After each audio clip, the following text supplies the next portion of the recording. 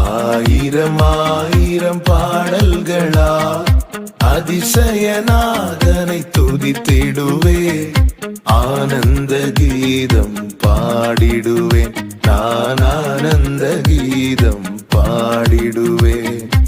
ஆயிரம் ஆயிரம் பாடல்களா